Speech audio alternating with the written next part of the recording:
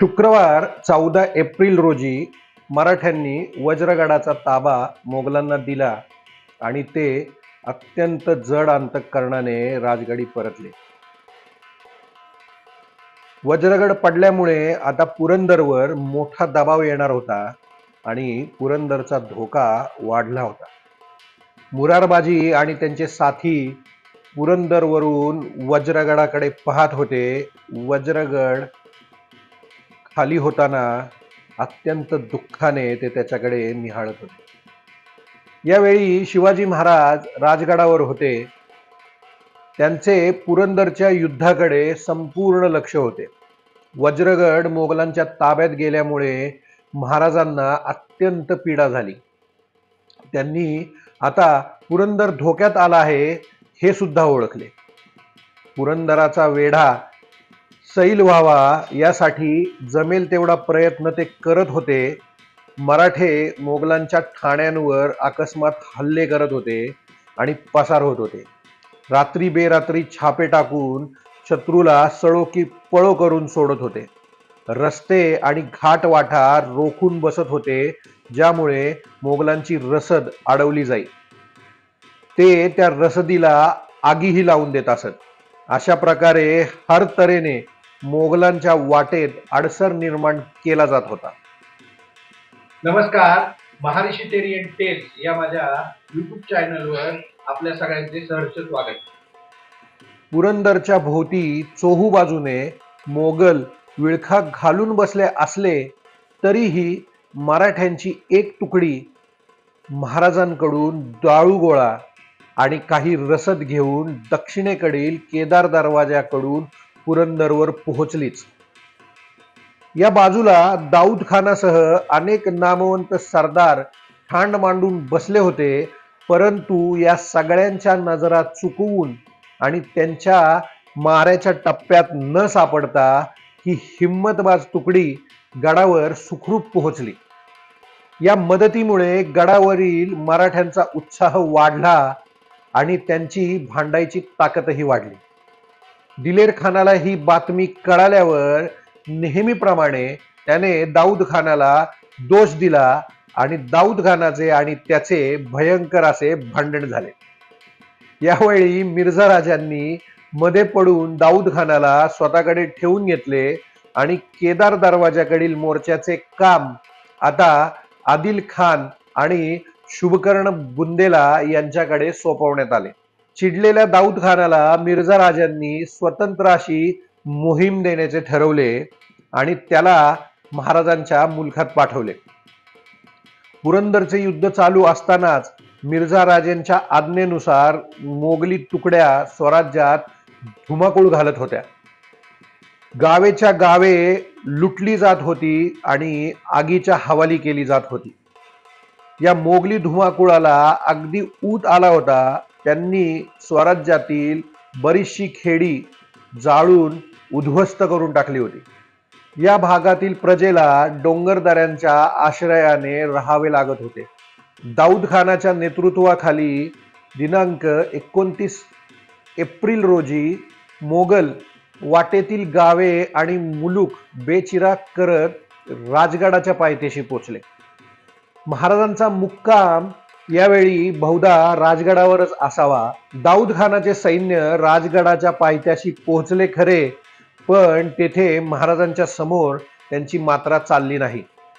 राजगडावरून तोफांचा, बंदुकांचा आणि बाणांचा जबरदस्त असा मारा सुरू झाला आणि डोंगरांच्या मदतीने राजगडाने चांगलाच प्रतिकार केला. मराठ्यांचा रेटा मोगली सैन्याला सहन झाला नाही आणि अखेर दाऊद खान तिकडून पळाला आणि तो शिवापुरास आला. तिथूनच तो कोंढाण्याच्या दिशेने नासधूस करत पुढे सरकला. राज्यातील इतर भागातही अशाच पद्धतीने मराठे मोगलांना तोंड देत होते, प्राणपणाने झुंजत होते. जिथे तिथे तिखट प्रतिकार सुरू होता, परंतु त्यांची शक्ती कमी पडत होती. कारण मोगलांची संख्या विपुल होती. त्यांनी जवळपास संपूर्ण स्वराज्य व्यापले होते. तरीही डोंगराळ प्रदेशाच्या आडोशाने आणि घनदाट जंगलातून मराठे मोगलांवर अचानक हमले करत होते. संपूर्ण स्वराज्याची भूमी ही एका युद्धभूमीमध्ये परावर्तित झाली होती. इकडे पुरंदरचा वेढा सुरूच होता. वज्रगड पडल्यानंतर पावसाळ्यापूर्वीच पुरंदर ताब्यात येईल अशी दिलेर खानाची आणि मिर्झा राजांची अटकळ होती. परंतु पुरंदरचे मराठे विलक्षण धैर्याने मोगलांना तोंड देऊ लागले. मुरारबाजीच्या नेतृत्वाखाली मराठे अकस्मात छापे घालत त्यांनी मोगली तोफांना निकामी करण्याचे आणि मोगली मोर्चेबंदी खिळखिळी करण्याचे तंत्र अवलंबले. एका रात्री पुरंदरवरून मराठ्यांच्या एका तुकडीने अकस्मात किरीटसिंहाच्या मोर्चावर झडप घातली. किरीटसिंह सावध असल्याने मराठ्यांना परत जावे लागले. परंतु लगेच दुसऱ्या दिवशी अंधाराचा फायदा घेत मराठ्यांनी रसूल बेगच्या मोर्चावर हल्ला चढवला. या हल्ल्याने रसूल बेग चांगलाच धास्तावला. मराठ्यांनी त्याच्या तोफखान्यावर धाड घालून एका तोफेस मेख ठोकली आणि ती तोफ बहिरी करून टाकली. तसेच रसूल खानाच्या शिपायांवर ते तुटून पडले. मोगल सावध होताच मराठ्यांनी तिकडून काढता पाय घेतला. तोफ बहिरी करणे म्हणजे तोफेच्या पाठीमागे जिथून तोफेला बत्ती देतात त्या छोट्याशा भोकामध्ये खिळे ठोकणे. एकदा का ते भोक बुजवले की ती तोफ निकामी झाली. तिसऱ्या रात्रीही मराठ्यांनी याच भागावर हल्ला चढवला. कदाचित कालची प्रेते नेण्यासाठी ते तिथे आले असावेत, परंतु मोगलांनी त्यांना अडथळा केला. मराठ्यांची आणि शुभकर्ण बुंदेला याच्या तुकडीमध्ये एकच कापाकापी सुरू झाली. मोगलांचे 8 सैनिक तर मराठ्यांचे 4 सैनिक मारले गेले. पुरंदर लवकरात लवकर ताब्यात यावा यासाठी मिर्झा राजे आणि दिलेर खान यांनी पराकाष्ठाचे प्रयत्न सुरू केले होते. अब्दुल्ला खान, फते लष्कर आणि हवेली या 3 तोफा अविरत मारा करत होत्या, परंतु पुरंदर अजूनही दाद देत नव्हता. इकडे दाऊद खान, राजा रायसिंह, अचलसिंह, कुतुब खान स्वराज्यात धुडगूस घालतच होते. मराठे प्राणपणाने त्यांच्याशी झुंजत होते, परंतु त्यांची शक्ती कमी पडत होती. मोगलांनी लोहगड, विसापूर, तुंग, तिकोणा या किल्ल्यांच्या आजूबाजूचा प्रदेश जाळून खाक केला. गुरेढोरे, गरीब जनता पकडली जात होती. इकडूनच दाऊद खान पुन्हा एकदा मिर्झा राजांच्या तळावर परत आला आणि कुतुब खानाने पुण्यात जाऊन मुक्काम ठोकला. 14 एप्रिल 1665 रोजी वज्रगड मोगलांच्या ताब्यात गेल्यापासून वज्रगडावरून पुरंदरची माची मोगलांच्या थेट टप्प्यात आली होती. माचीची तटबंदी आणि त्यावर असलेले सफेद आणि काळा बुरुज आणि त्याचबरोबर आणखीन 4-5 बुरुज मोगलांच्या तोफेचा मारा सहन करत होते. पांढरा बुरुज आणि काळा बुरुज उद्ध्वस्त केल्याशिवाय मोगलांना पुरंदरमध्ये घुसता येणार नव्हते आणि त्याचमुळे या दोन्ही बुरुजांवर मोगलांचे विशेष लक्ष होते. तोफांच्या माऱ्यावर विसंबून न राहता आता मोगलांनी बुरुजापर्यंत जाण्यासाठी सुरंगही खोदायला सुरुवात केली की जेणेकरून बुरुजामध्ये दारू भरून ते तो बुरुज उडवून देतील. 15 दिवस अखंड मारा करूनही थोडीशी तटबंदी ढासळण्याच्या पलीकडे काहीही नुकसान झाले नाही. मराठ्यांचा जोमाचा प्रतिकार मोगलांना 1 इंचही पुढे येऊ देत नव्हता.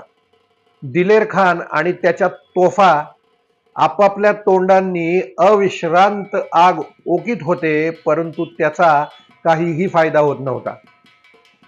25 मे पर्यंत आणखीन एक बुरुज आणि थोडीशी तटबंदी ढासळवण्यात मोगलांना यश मिळाले आणि आता लवकरच पुरंदर ताब्यात येईल असे त्यांना वाटायला लागले. अशातच 5 दिवस गेले आणि 30 मे उजाडला, परंतु अजूनही मराठे उमदीने झगडतच होते. सफेद बुर्जावरून त्यांचा प्रतिकार चालूच होता. दिलेर खान हतबुद्ध झाला होता. मिर्झा राजे सुद्धा विचारात पडले होते.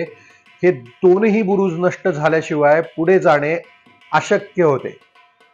मराठ्यांनी आपले दुर्दम्य साहस आणि चिकाटी यामुळे मोगलांना त्यांच्या गुडघ्यावर आणून ठेवले होते. अखेर मिर्झा राजांना एक युक्ती सुचली. त्यांनी सफेद बुर्जाच्या समोर एक लाकडी दमदमा उभारायला सुरुवात केली. दमदमा म्हणजे लाकडी बुर्जासारखी बांधणी. त्याच्यावरती तोफा उभ्या करून एका विशिष्ट उंचीवरून मारा करता येत असे, जो नेहमीच्या माऱ्यापेक्षा जास्त प्रभावी असे. दमदमा उभा राहू नये याच्यासाठी मराठे बुर्जावरून मारा करत होते, परंतु मोगलांनी अगदी चिवटपणे दुसऱ्या दिवशीपर्यंत बुर्जाच्याच उंचीचा एक दमदमा उभा केला. खानाचे काही सैनिक दमदम्यावर तोफांची मांडणी करू लागले आणि तेवढ्यात मराठ्यांनी तोफा, बंदुका, दगड यांचा वर्षाव सुरू केला आणि या लोकांना दमदम्यावरून पळवून लावले. दमदमा निकामी करणे हा मराठ्यांचा मुख्य उद्देश होता. इबारदस्त खान आणि तोफ्याचा दरोगा आतिश खान यांच्यासह मोगलांचे इतर सैनिकही या दमदम्यावरील सैनिकांच्या मदतीस धावले. पण मराठ्यांचा मारा इतका जबरदस्त होता की थोड्याच वेळात हातगाईच्या लढाईने पेट घेतला. मराठ्यांच्या माऱ्याने मोगलांचे अतोनात नुकसान झाले. भूपत सिंग नावाचा मिर्झा राजांचा एक सरदार आणि बरेचसे राजपूत सैनिक ठार झाले. दिलेर खानाच्या हाताखालीलही एक सरदार ठार झाला आणि त्यामुळे मोगलांचे मनोधैर्य खचू लागले. याच वेळी मिर्झा राजांनी शुभकर्ण बुंदेला तुरुकताज खान यांना आपल्या तुकडीसह मदतीला पाठवले, पण तरीही मराठे मागे हटेनात. शेवटी दिलेर खान स्वतः या दमदम्यावर चढला. मराठे हा मोगली फौजेचा लोंढा अडवण्यासाठी प्रयत्नांची पराकाष्ठा करत होते, परंतु किल्ल्यावरची सैनिक संख्याच आधी कमी होती आणि त्यामुळे मराठ्यांचे बळ कमी पडू लागले.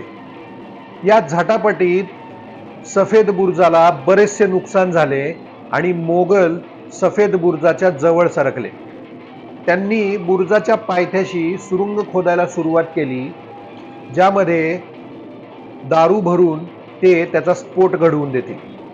मराठ्यांनीही या दोन्ही बुर्जांच्या तटामध्ये बरीचशी दारू भरून ठेवली होती, जेणेकरून जर या बुर्जाच्या जवळ मोगल सरकले तर त्या दारूला आग लावून द्यायची आणि ज्यामुळे मोगली सैन्यांचे नुकसान होऊ शकेल.